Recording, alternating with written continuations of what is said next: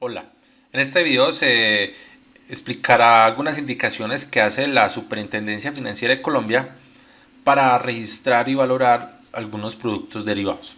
Entonces siempre partimos de la circular básica contable y financiera, que es las indicaciones, la normativa que tiene la superfinanciera para las entidades que está bajo control de ella, como todas las entidades financieras, bancos, corporativas, etcétera. Entonces acá tenemos el capítulo 18, que es instrumentos financieros, derivados y productos estructurados. De acá indica que todas las entidades financieras que están bajo la supervisión y monitoreo de la super tienen que cumplir con estas indicaciones. Y acá hay un anexo número 3, que es donde están los detalles de las fórmulas que vamos a ver a continuación. Entonces este sería el capítulo 18 que se descarga. Acá es de muchas definiciones, no es tan detallado en fórmulas, pero es interesante leerlo. Pero lo importante para valoración sería el anexo número 3. Desde acá en el anexo número 3 empieza a decir cómo debería ser la valoración de los productos derivados. De acá hay unas definiciones de qué es un forward, qué es un futuro, qué es un swap, aclarando de cuáles son estos derivados plain vanilla, que el nombre plain vanilla es para los derivados financieros tradicionales más usados. Ya cuando este derivado se le hace una modificación ya sería un exótico. Bueno, acá sería opciones y por acá ya empezamos el anexo número 3 y empieza ya, por ejemplo, la parte número 7.2, la valoración diaria. Entonces acá dice que es una obligación hacer valoración diaria de los derivados que sean negociados en la entidad financiera, y para esto hay unas ayudas, hay unas empresas que son agentes proveedores de precio. En Colombia se llama Infobalmer, recientemente cambió de nombre a Precia. Acá tenemos la página de Infobalmer. Y esta pantalla que estoy mostrando es exactamente los productos que ofrece para los derivados, para hacer la valoración de derivados. Y acá dice que hay unos insumos que son las curvas de forward peso dólar, curva forward IBR y curvas de los swaps. Estas tres son muy importantes porque la superfinanciera obliga a utilizar estas curvas para la valoración, que estas valoraciones con fines de llevar al estado de resultados de las entidades financieras.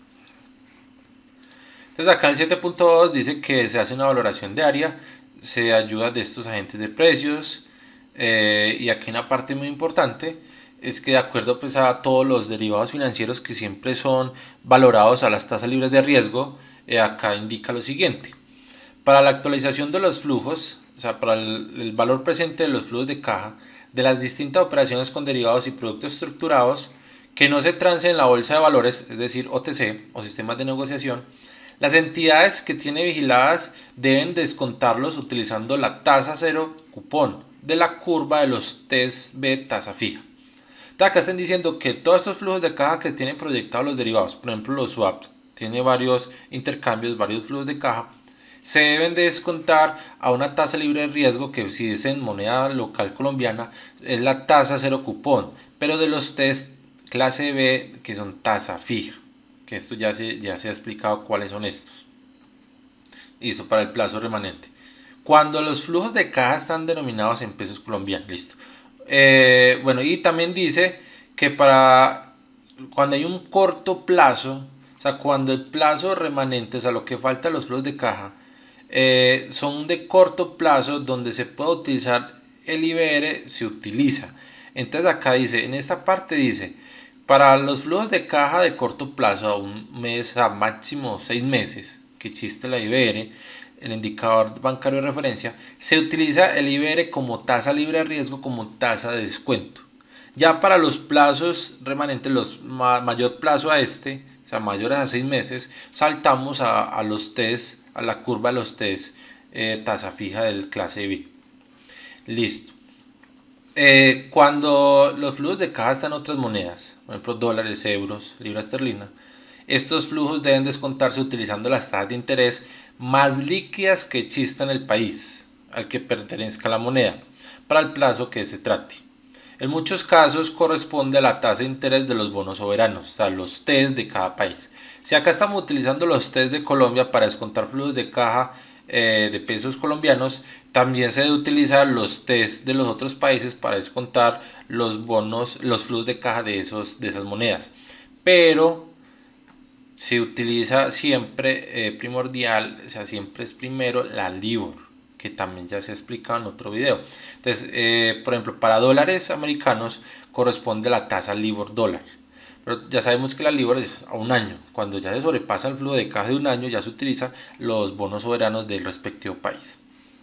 Listo. Entonces, acá también dice que esta tasa LIBOR hay que buscarla en Bloomberg. Esto siempre reporta, no exactamente las 11, pero por la mañana aparece en Bloomberg en Reuters, que dos plataformas que hay que pagarlas para también con proveedores de precios de las entidades financieras.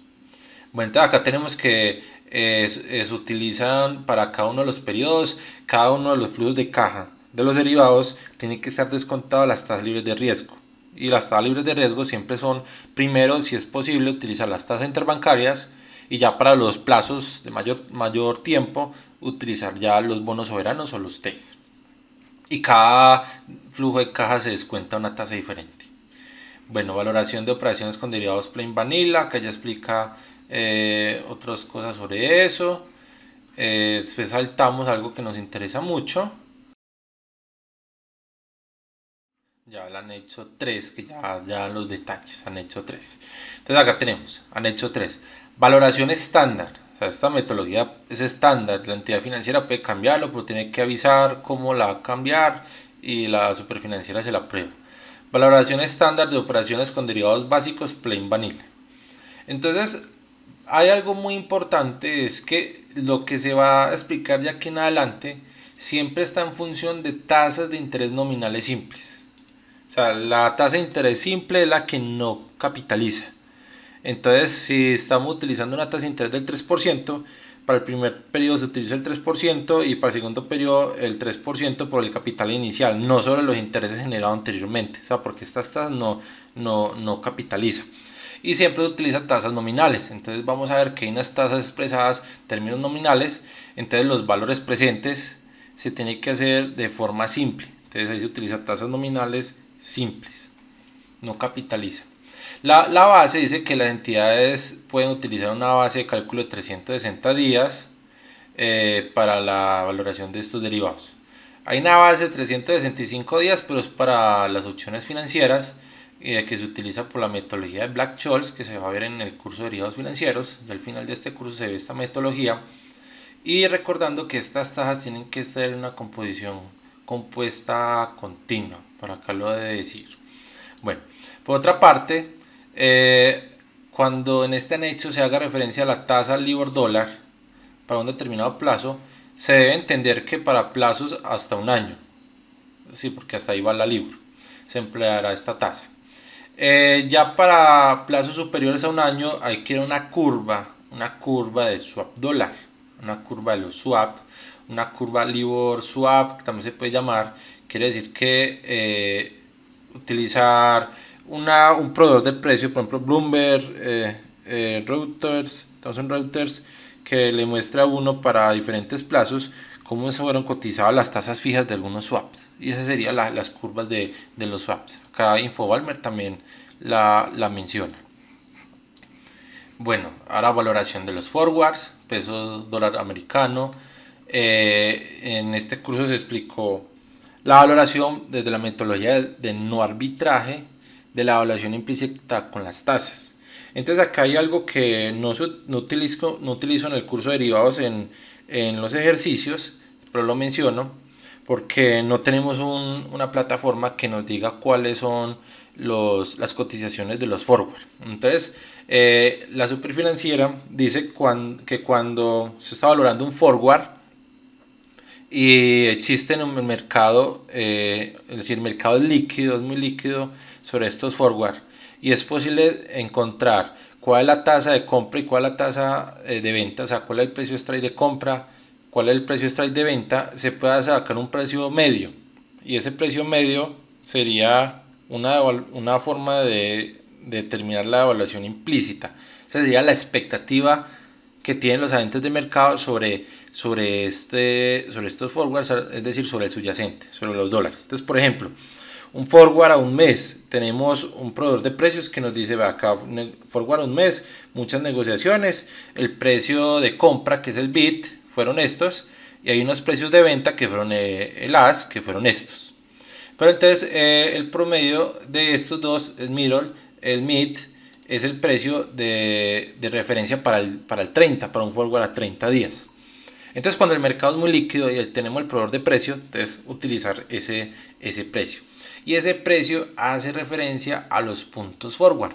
Entonces acá dice que cuando la valoración de las operaciones forward, peso dólar, con plazo remanente inferior o igual al último plazo para el que existe información diaria publicada, o sea, acá está diciendo que mercado líquido y que esté publicado y que tengamos acceso a eso, debe efectuarse utilizando las cotizaciones de puntos forward, los pips, expresados en cuántos pesos colombianos por un dólar, registradas al cierre diario del mercado forward del cual se tomen, publicados por los proveedores de precios autorizados. Entonces, como no tenemos esto, pues yo hago los ejercicios desde el punto de vista de la evaluación implícita de las diferencias de las tasas, tasa doméstica sobre la tasa o restando la tasa extranjera, y esa sería la evaluación implícita. Pero la superfinanciera dice que debería utilizarse esta metodología de los puntos forward. Pero también hace una aclaración.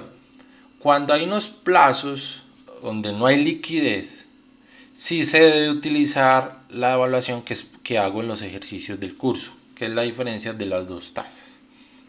Bueno, entonces acá hay una formulita.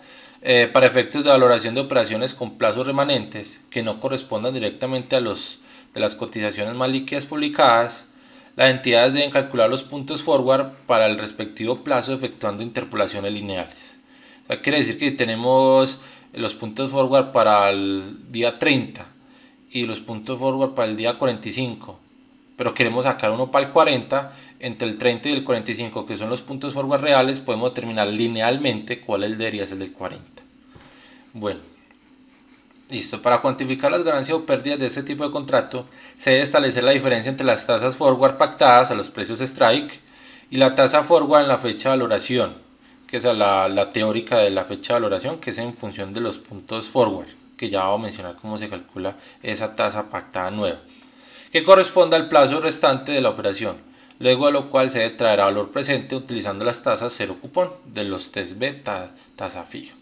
Entonces acá tenemos la formulita, que este es el nominal, esta es la tasa de cambio pactada menos la nueva tasa de cambio. Entonces en el curso he explicado que la valoración de un derivado siempre es cuánto fue de su contrato original, el strike original, menos cuánto debería ser los strikes del día de hoy, para los contratos nuevos de hoy, para el mismo vencimiento, el vencimiento que falta, y trae valor presente. Entonces acá tenemos que trae valor presente, está de forma discreta, hay una tasa acá que ya dice que es la tasa libre de riesgo, que es de la cero cupón, multiplicada por día sobre la base 360. Entonces ya sabemos que esto acá, por la división que tiene 360, es una tasa nominal, entonces la estamos llevando efectiva para el periodo, pero como no tiene un elevado acá, entonces no es compuesta, no capitaliza, entonces es una tasa nominal simple, como se explicó al principio de este anexo. Entonces acá tenemos que si usted saca la TRM del día de hoy y saca los puntos forward, como explica acá arriba, del proveedores de precios, la TRM del día de hoy, por ejemplo, 3.800, más los puntos forward, que es el precio medio, que son los PITs, tenemos el precio strike teórico para el día de hoy. Y esta sería la valoración de esos contratos forward. Y acá explica pues la notación de esto. Cómo se debería registrar una punta, cómo debería registrar la otra punta, pero esto ya es más contable, no nos interesa mucho. Listo. Entonces, cuando no existe un mercado muy líquido o necesitamos, por ejemplo, un forward a 3 años, donde no tenemos esos puntos forward, entonces la superfinanciera sí dice que calcula la evaluación implícita. ¿Cómo lo hacemos? Que es calcular la diferencia entre las tasas de interés en pesos colombianos y la tasa de interés LIBOR swap dólar, que es la tasa libre de riesgo que se está utilizando para valoración de la moneda extranjera. Entonces acá tenemos reste la tasa libre de riesgo colombiana menos la tasa libre de riesgo extranjera, que sería expresada en la tasa cero cupón LIBOR swap dólar. Y de esta forma se puede calcular la evaluación implícita. Entonces acá sí se puede utilizar las fórmulas y los ejercicios que hacemos en el curso. Que la superfinanciera dice cuando son plazos superiores a lo que tenemos información existente. O sea, si en los proveedores de precio no tenemos forward a 3 años, o de pronto si tenemos pero no son muy líquidos, entonces utiliza esta metodología que utilizamos en el curso. Bueno, acá habla de estos son los forward. Acá pasamos a los FRA, bueno, bonos forward sobre los bonos. Ahora los FRA. Los FRA es un derivado, por la tasa FRA es otra cosa, es la tasa implícita. El FRA es un derivado de tasa de interés que no es como muy común. Está contabilizado acá en la superfinanciera, algunos bancos lo ofrecían. No es muy transado, o sea, no es muy negociado en OTC porque no es muy llamativo, porque es la cobertura de una tasa de interés a un solo periodo. En cambio, los swaps, la cobertura de tasa de interés a muchos periodos. Entonces es más llamativo un swap que un FRA. Pero entonces cuando estamos hablando de tasas forward o tasas implícitas, la superfinanciera dice que se calculan de esta forma, que es igual a lo que hemos hecho en este curso. En este curso se ha presentado esta ecuación que tenemos acá. Esta acá. Que en muchas partes me faltó el menos 1.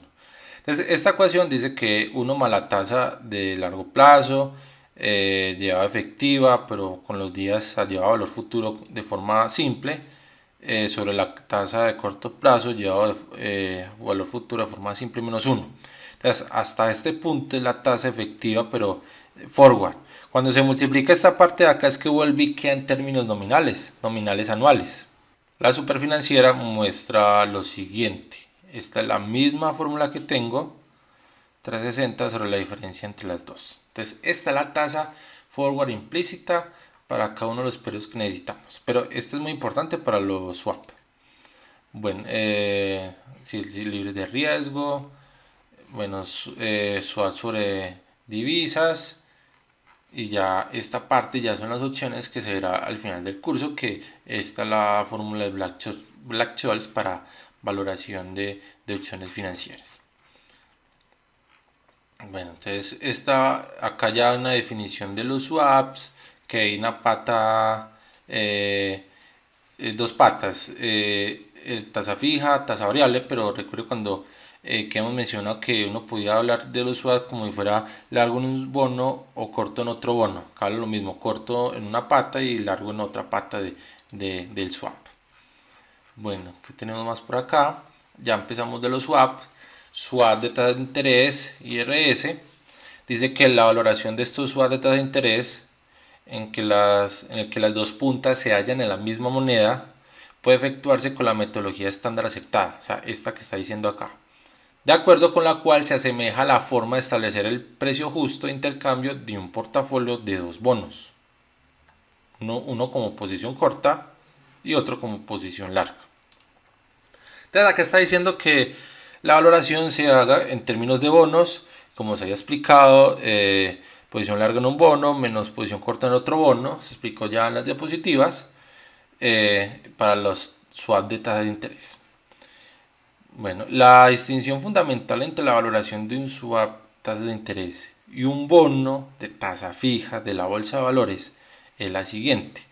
Es que los flujos de caja, el resumen es que los flujos de caja de un bono son determinados con las tasas actuales o las del último intercambio. En cambio, los flujos de caja de un swap son determinados a partir de las tasas implícitas calculadas con las tasas de mercado del día de hoy. Y la segunda diferencia es que los bonos de tasa fija de la bolsa de valores siempre son descontados a una sola tasa, que es la TIR, la yield, que es la tasa de negociación. En cambio, los swaps, cada flujo de caja se descuenta de acuerdo a la curva de tasas de interés, que ya se mencionó que puede utilizarse IBR, LIBORs, puede utilizarse la curva de test clase B de Colombia o las curvas de los swap LIBOR para moneda extranjera de los dólares americanos. Entonces se procede entonces a obtener el valor neto de dicho portafolio, que es de dos bonos, como la diferencia entre los valores presentes de los dos bonos. Dicha metodología debe aplicarse tanto en el caso de los swaps de tasa fija contra variable como el caso de los swaps donde las partes intercambian los flujos a tasa variable. Entonces acá está diciendo que se hace para los swaps fijo por variable o variable por variable. Recuerde que un swap de fijo por fijo no tiene sentido, no existe. Cuando la moneda en la que se denominan los flujos no sean pesos colombianos, debe efectuarse la correspondiente conversión de los valores presentes a pesos. Hay que utilizar la tasa de cambio vigente del día para que eso quede en pesos. Recuerde que esto es una metodología que se dice la superfinanciera para valorar y contabilizar, o sea, llevarlo al estado de resultados de las entidades financieras acá en Colombia. Entonces tiene que estar en pesos colombianos. Proyección de los flujos de caja cuando la pata es variable, cuando existen curvas de test. O sea, cuando tenemos, por ejemplo, unos flujos de caja a corto plazo, tenemos la IBR, para esos plazos utilizamos esto. Tenemos unos flujos de caja menos de un año y tenemos la LIBOR, utilizamos eso. Utilizamos la curva de la LIBOR para determinar los flujos de caja. Y esto se hace con las tasas forward. Para efectos de la proyección, de las proyecciones de los flujos de caja tasa variable de los swap, cuando exista una curva cero cupón para la tasa que se está utilizando, las entidades deben calcular a partir de esta las tasas futuras implícitas, que ya se explicó anteriormente, que correspondan para los plazos de los flujos y utilizarlas en las respectivas proyecciones. Tal es el caso, por ejemplo, cuando se trata de flujos de caja a tasa LIBOR, en donde a partir de la curva LIBOR Swap correspondiente, publicada en Bloomberg on Reuters, se deben calcular las tasas forward implícitas para proyectar los flujos indexados a la tasa LIBOR. Lo mismo se hace con la IBR. Bueno, algo que no explico en el curso, los swap a ETF, indexados a ETF, IPC, acá está la metodología muy detallada, es fácil de calcular. Cuando, por ejemplo, la ETF no tenemos una curva de interés de ETF, entonces acá hay que hacer una resta entre estas curvas existentes y la ETF actual. Lo mismo se hace para el IPC, como no existe curva del IPC, esto no es una tasa de interés, solamente es la inflación. Acá dice la metodología cómo hallar esos flujos de caja de variables indexados al IPC. Bueno, las tasas de descuentos de los flujos. Para cada una de las puntas de los swaps, las entidades deben calcular como tasas de descuento los flujos de las tasas, los flujos de las tasas que fueron señaladas en el numeral 7.2. Esto fue lo primero que expliqué, 7.2 de cuáles son las tasas y que salté a Infovalor. Ahora swap de monedas. La valoración de un swap de monedas en el que una punta esté denominada en moneda extranjera y la otra punta esté en pesos colombianos, y cuando los flujos en moneda coincidan con el tiempo con los flujos en la otra moneda, o sea que es muy común, como lo explico en el curso, el intercambio se hace el mismo día de las dos monedas. Pero también se puede hacer, en el contrato puede especificar que no coincidan, pero lo más básico es que siempre coincide. Entonces, cuando coinciden esos tiempos, esos intercambios, puede efectuarse con la metodología estándar aceptada, de acuerdo con lo cual se valora como un portafolio o sucesiones de contratos forward. Entonces, acá dice que se hace con la metodología que yo explico, que es como en términos de portafolios de forward. Recuerda que cada intercambio sería como un portafolio de forward en estos swaps. Entonces, si tenemos 10 intercambios, serían 10 forward. Entonces, sería un portafolio de 10 forward. Y recuerde que esta metodología, los contratos en términos de portafolios de forward, da igual que en términos de bonos para estas monedas, para los swaps de monedas. Entonces, una parte actúa como si vendiera contratos forward y la otra parte como si los comprara. Luego se obtendrá el valor neto del portafolio de forwards mediante la suma algebraica de las valoraciones de los distintos forwards, en los que puede descomponerse el swap de monedas, las cuales a su vez deben establecerse siguiendo las instrucciones contenidas en el numeral 1.1 del presente anexo. Bueno, entonces hasta acá esta es la valoración de estos contratos, de cómo debería hacerse en monedas. Ya por último, cuando habla del precio justo, en este párrafo dice que hay que determinar un precio justo en el swap, así como lo hacemos en el curso, cuál la tasa fija justa, en la cual el valor del swap es cero, o sea que las dos patas están equilibradas, no hay ninguna contraparte con ventaja o desventaja. Acá dice la superfinanciera que cuando no exista pago alguno entre las partes en la fecha de celebración del contrato, o sea, el momento cero. Se recuerde que es posible que haya un intercambio actual, como lo mencioné en las diapositivas, pues lo más normal es que no haya un intercambio hoy, sino que una negociación. Entonces, cuando no hay un intercambio, el valor inicial del contrato swap es cero, y así debe registrarse en los estados financieros. Dado que no es común que los contratos swap pactados tengan mercado secundario líquido y que tampoco se encuentran en el mercado de contratos swap pactados exactamente con las mismas condiciones, recuerda que esto es bilateral. Los contratos swap de esta moneda es muy, o de tasa de interés iguales es muy difícil.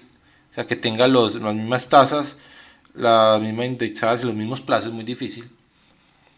Entonces acá dice cuando que no tengamos eso.